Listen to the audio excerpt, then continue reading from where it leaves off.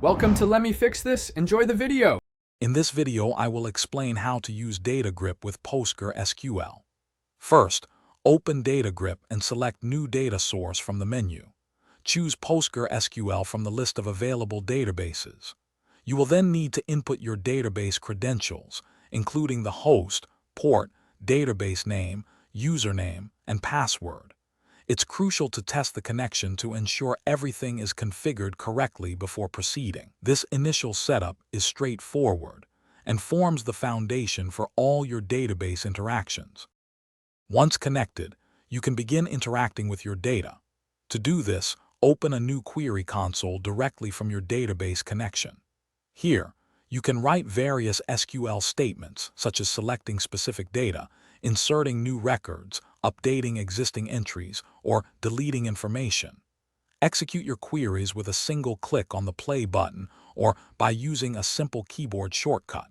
The results will then appear clearly in the data editor below the console, ready for your review.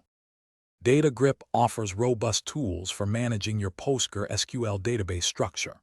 You can easily browse through schemas, tables, views, and functions using the intuitive Database Explorer on the left. Creating new tables or modifying existing ones is simple, often achievable through a user-friendly interface rather than manual SQL. The tool can also generate data definition language scripts for your objects, and it supports safe refactoring, helping you maintain a clean and organized database environment with confidence. Beyond basic operations, DataGrip provides several advanced features to boost your productivity. Benefit from intelligent code completion and syntax highlighting, which make writing complex queries much faster and less error-prone. You can also debug stored procedures directly within the environment, a powerful feature for troubleshooting.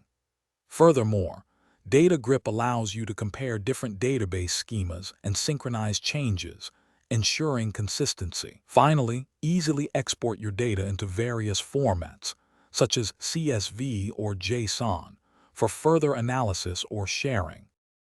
Thanks for watching. If you found this helpful, don't forget to like and subscribe.